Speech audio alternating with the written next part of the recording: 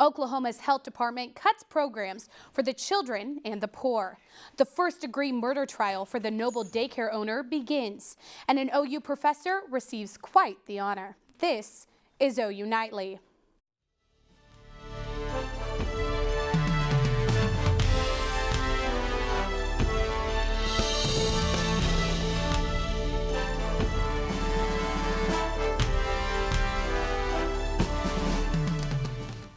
So with no solution in sight for Oklahoma's budget crisis, the state health department announced it's eliminating two key programs meant to protect low-income Oklahomans and their children.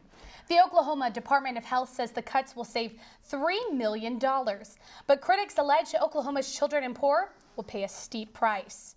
Programs eliminated include federally qualified health centers that provide subsidies for outpatient treatment centers that serve the state's poorest and at-risk populations. Also cut is the Oklahoma Child Abuse Prevention Program that funds a home visitation initiative meant to curb rising child abuse.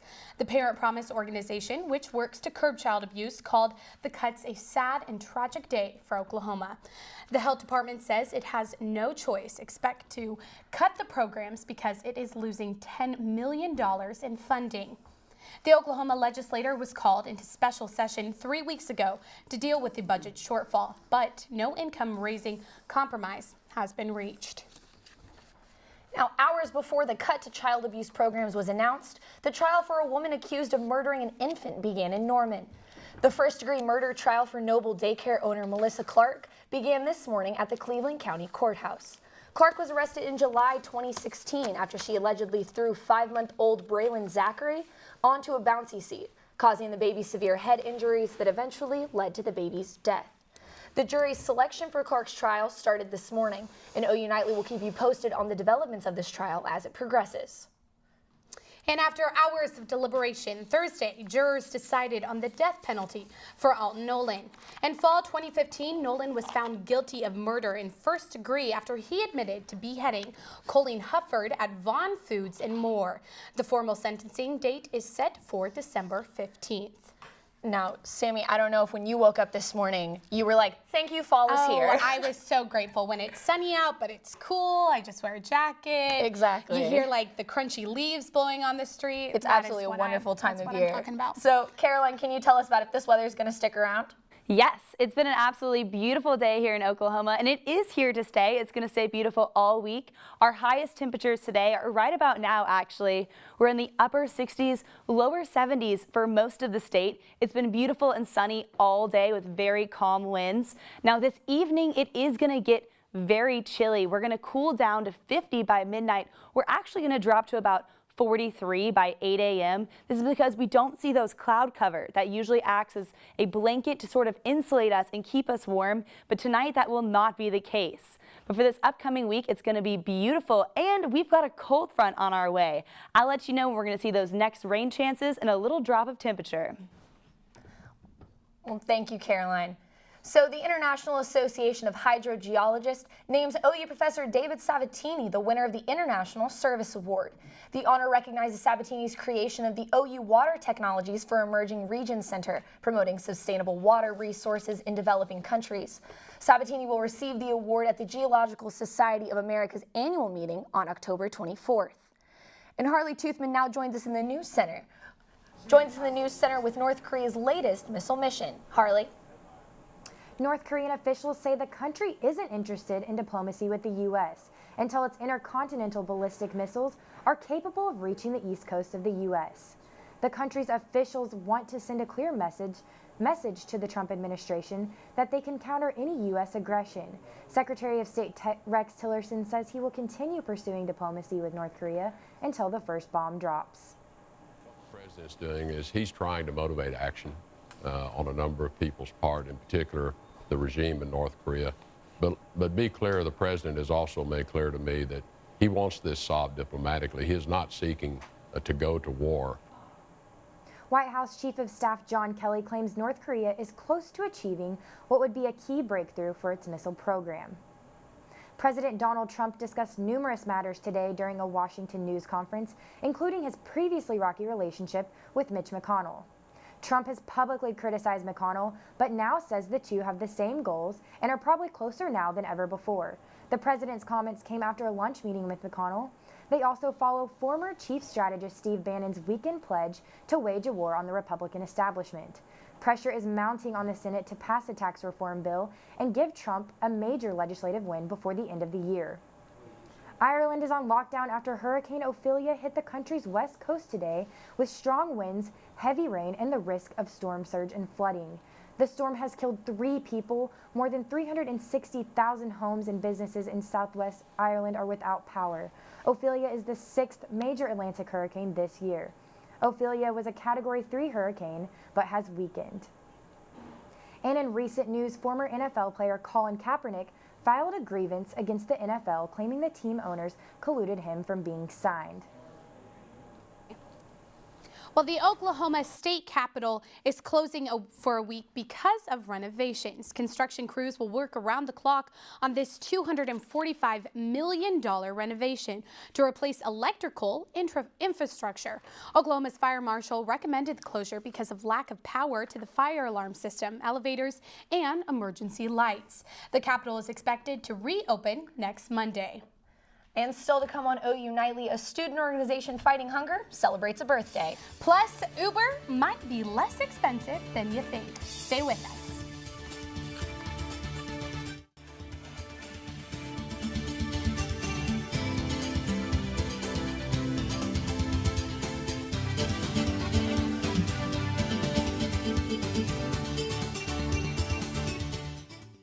Well, it's been a year since Yassine Shaberji and Lucas Karenshak started Swipe to Share. Swipe to Share is a student organization that uses leftover meal exchanges and points to create care packages for our local food pantries. The program has caught the attention of not only the OU community, but Shaberji and Karenshak were recognized by the Bill Clinton Foundation this past weekend as a model initiative. The next step for this organization is expansion. So the first thing we're doing is establishing points of contact at other universities, so people like ourselves that are driven for the same cause of fighting food insecurity, and then we're creating a starter kit that we're going to give them, and we'll walk them through, A to Z, how to get it done. Over the next 2 years, the hopes are to see that this program is at the University of Tulsa, University of Central Oklahoma, Arizona, and Texas Tech. But to keep things here at OU, Sammi, Steele, and Matt Marks join us with how the community is rallying around the OU food pantry. Sammi? That's right, Jaycie. Fall at OU means fighting hunger. And today is day 1 of the week-long food drive sponsored by the Office of Leadership and Volunteerism. The office does 3 food drives a year, but this one is a little special. Today in the studio, we've got Matt Marks, director of the OU Food Pantry, here to talk about the food drive. So Matt, why exactly is the food drive special this year?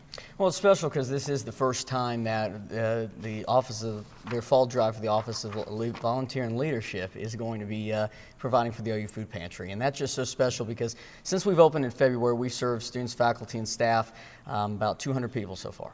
Wow. And so it's just fantastic that they're going to be able to help us out and make a difference in the community because there is a big need, and it's great. What they did last year, they raised like 7,700 pounds of food, wow. And that we're hoping to see the same this year and even more. So it'll be great for us. That will be great. So what exactly can people do to help the initiative? Yeah, they can donate all kinds of items, non-perishable goods, from cans of beans to pastas, mac and cheese, tuna, things like that. There'll be boxes located around campus, so just donate items there. They can also use meal points at all housing and food locations to order to purchase some foods to donate as well. So it's a campus movement here to get as much as we can for the pantry. Absolutely. And you said that students are they can donate items. What items in particular do you suggest? What items do you think that students need the most donated? Yeah, so pastas are big. We run out of those very quickly. Mac and cheese, cans of fruit, tuna, cans of chicken, things like that. We're good on corn and green beans. We got enough of that for the next months. Green beans? That's right. That's right. Okay. So, well, thank you so much, Matt. thanks, Sammi. And to help support the Gaylord student behind this food drive, Matt Marks, next Monday, Gaylord College will kick off a food drive for the OU Food Pantry. Students across campus are encouraged to bring donations and drop them off at boxes around Gaylord's building. Back to you in the studio, Jaycie. Well, thank you so much, guys. Well, Abby Green joins us now with Money Matters. Now, those disastrous California fires are being felt on Wall Street. Abby, what's going on? That's right. Shares of PG&E dropped more than 7% today as investors worry the giant electric utility company could suffer a steep loss if it's found liable for the Northern California wildfires. The stock is the worst performer in the S&P 500 and is trading at levels not seen since January 2016. PG&E said in an SEC filing that it has $800 million in liability insurance for potential losses. An analysis at JP Morgan said the gross liability damages could cost them $12.2 billion in an extreme case. And California Jerry Brown signed a bill that will give students a year of college at 114 community colleges for free. The students must be at California residents and be enrolled full-time. California has one of the biggest community college systems in the country and is also one of the most affordable. With just $46 per credit, the average cost is a little over $1,000 a year. And is Ubering a cheaper option than owning a vehicle? As more and more people are using ride-hailing and ride-sharing apps, the percentages of teens getting their license continues to decline. The cost of owning a traditional car goes beyond the original price. It includes insurance, taxes, car loans, along with other charges. With all these costs considered, would Ubering be the cheaper option? If you drive less than 10,000 miles per year, reports say Ubering would be the better option. I'm just saying, I don't think it'd be any cheaper unless you're only going to drive on the weekdays. I completely agree, and I think it'd be very hard for me to give up my car as well. Exactly. Well, For thank sure. you so much, Abby. You're welcome. Now, a widespread social media campaign has emerged in response to the sexual assault allegations against film producer Harvey Weinstein. Women across the country are coming together on Twitter and Facebook to highlight the frequent nature of sexual assault, using the hashtag #MeToo to express that they too have been victims of sexual assault. Celebrities such as Alyssa Milano have joined in and encouraged other victims of sexual assault to also use the hashtag #MeToo to express the magnitude of this problem. We spoke to OU students today about the campaign. Definitely surprising hearing that a lot of celebrities and women are actually like growing enough courage to post about it. I know it's a very sensitive subject and people get really opinionated about it, so I give them props for like forming this entire campaign. Because it kind of makes me happy that they're able to express themselves and not necessarily be attacked by it, and they kind of have that coverage of social media so they feel safer. Because I think it's something that is so prevalent nowadays, and I mean, as more people come forward with this whole scandal that's going on and everything, like it's not something that you have to deal with alone. The Academy of Motion Picture Arts and Sciences expelled Weinstein in response to these allegations. And coming up on OU Nightly, Caroline Brown will have more of if this sweet weather is going to stick around tonight. Yes, and it's a beautiful day coming up. I'll let you know if it's going to stick around.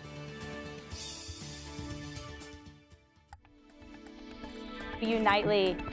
We are taking a live look outside the North Oval. It's been a truly beautiful day here in Oklahoma. Currently, it's 69 degrees. It's the perfect hair day today. Very light winds and relatively dry. So it's an absolutely stunning day across the rest of the state. We're in the upper 60s, lower 70s. So we're a lot cooler for this time of year than we normally see. However, don't stay out too late tonight because it's going to really drop in the temperatures. We're expecting to get into the lower 40s tonight. Calm winds, but still very nippy. This is going to impact you as you're walking to class tomorrow morning. 43 degrees, so it's going to almost feel like wintertime here in Oklahoma. We're going to warm up to 70, so tomorrow afternoon would be an excellent day for an outdoor dinner plans because we're expecting sunshine all day. Now, this is due to a high pressure system that's hanging out near Oklahoma. This is going to give us so much sunshine and beautiful temperatures. It's going to be a great day all week. Here's the national view. So we have this was a system that used to move past, and we're going to stay in this region where we're going to see no precipitation, sunshine, and highs in the 70s for the next week. Up until next weekend, this is when the first chance for an actual front will come through. But for the next 2 days, tomorrow morning is going to be very chilly, but in the afternoon, it's going to feel like fall. It's going to be a stunning day. Wednesday is going to warm up to 75, and we're going to continue to warm up for the rest of the week. Our temperatures are going to stay in the 70s, but we're going to remain mostly clear up until the weekend when we have that next chance of a cold front blowing through. I like the sound of a cold front. It is fall, and Jaycie and I, we were talking earlier, we are ready for fall. Well, it's gonna feel very cold tonight. Absolutely. Awesome. Well, Better thank than you, the game Caroline. on Saturday. Thanks. You're welcome. And this weekend, speaking of games, it was a weekend full of good food and good football. Isn't that right, Tori? That's right, Sammy. Rides, fried food, and a Sooner win. OU had us sweating till the very end, literally and figuratively. It came down to the wire in the hottest Red River showdown since 1991. I've got your recap right here, so don't go anywhere. Sports is up next.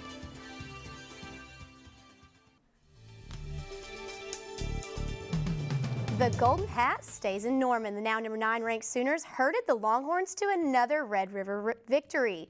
It wasn't an easy task, though. OU blew a 20-point lead, winning 29-24. Baker threw a 59-yarder to Mark Andrews for the go-ahead touchdown. It was the defense that dominated the last quarter, though. Obo Onkarokwo racked up a career-high 5 quarterback hurries, 3 in the fourth quarter alone. Obo also had 5 tackles, a sack fumble, a pass breakup, and is this week's Big 12 Defensive Player of the Week. Reagan Ledbetter and Carson Williams have more from the Cotton Bowl. The first installment of the Red River Showdown of the Lincoln Riley-Tom Herman era is officially in the books, and what an instant classic it was, Reagan. OU got off to a hot start as usual, but again, the script just continues to continue for Oklahoma for their defensive woes. Exactly. Third week in a row, OU's got off to a nice 14-0 lead. The crowd's in it, everybody's loving it, and then they stop, and the other team gets back in it. It wasn't all bad, though. Baker Mayfield, again, a very good day for him. CeeDee Lamb also had another good day. Marquise Brown saw a little bit of him since they lost Jeff Badette early in this game. So they used Marquise Brown's speed to kind of make up for the loss of Jeff Badette. So I thought overall the offense pretty good again today. A couple penalties from Orlando Brown, uncharacteristic of him, but I think that they'll get back on track. I think so, too. I mean, it was just one of those games. I mean, OU Texas, emotions are running high, and we saw that at a couple, physical altercations after the play a couple times, and this is a rivalry game. Anything can happen. Yeah. So I don't think this hurts OU as much as it maybe people think it does. Mm-hmm. Their ability to overcome that comeback by Texas was key. Yeah, I think so. Well, that'll do it for us here at the Cotton Bowl, the 112th edition of the Cotton Bowl. We will see you guys again next week in Manhattan. Until then, stay tuned on OUNightly.com and watch OU Nightly live at 4:30 every day for more information. For more on Saturday's win, check out Sooner Sports Pad tonight at 7:30 on Fox Sports Oklahoma. The Sports Pad team will also talk with OU's national champs, Yul Moldar and Levi Anderson. You can catch the rebroadcast tomorrow right here on OU TV after our newscast. Next up, the Sooners travel to the Little Apple for another Big 12 matchup with K-State. Coach Lincoln Riley says he and his team are ready for the road trip.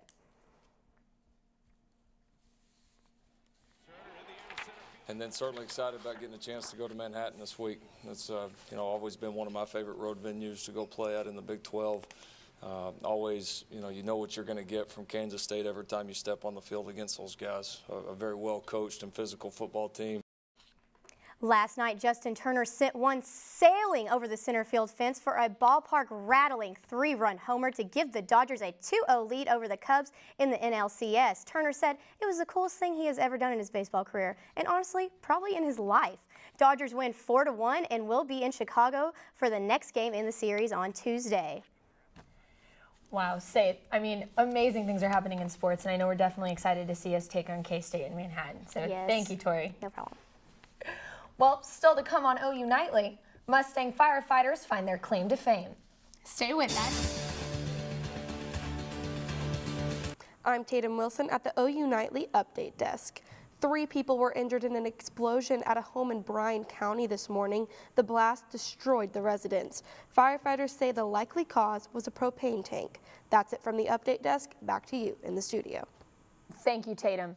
Now, the Mustang Fire Department is known for its yearly educational skits, and this year is no exception. The video of this year's performance has gone viral, racking up more than 9 million views. This year's song choice was a parody of Harry Belafonte's Day-O, changing the words to stay low, big smoke come, and we want to stay low. It's adorable. I love that. They're having so much fun with it. Did you see the smoke machine they had going there? It was very fun. Can you imagine the kids at the elementary school how into it? I'm just saying, I just watched the video and it was already stuck in my head. I would love that if my school would have done that. Seemed very catchy. Absolutely. So I would fun. have absolutely loved it. Well, Thanks for watching OU Nightly, brought to you by Gaylord College at the University of Oklahoma. We'll see you back here tomorrow night live at 4:30. Have a great evening. Good night.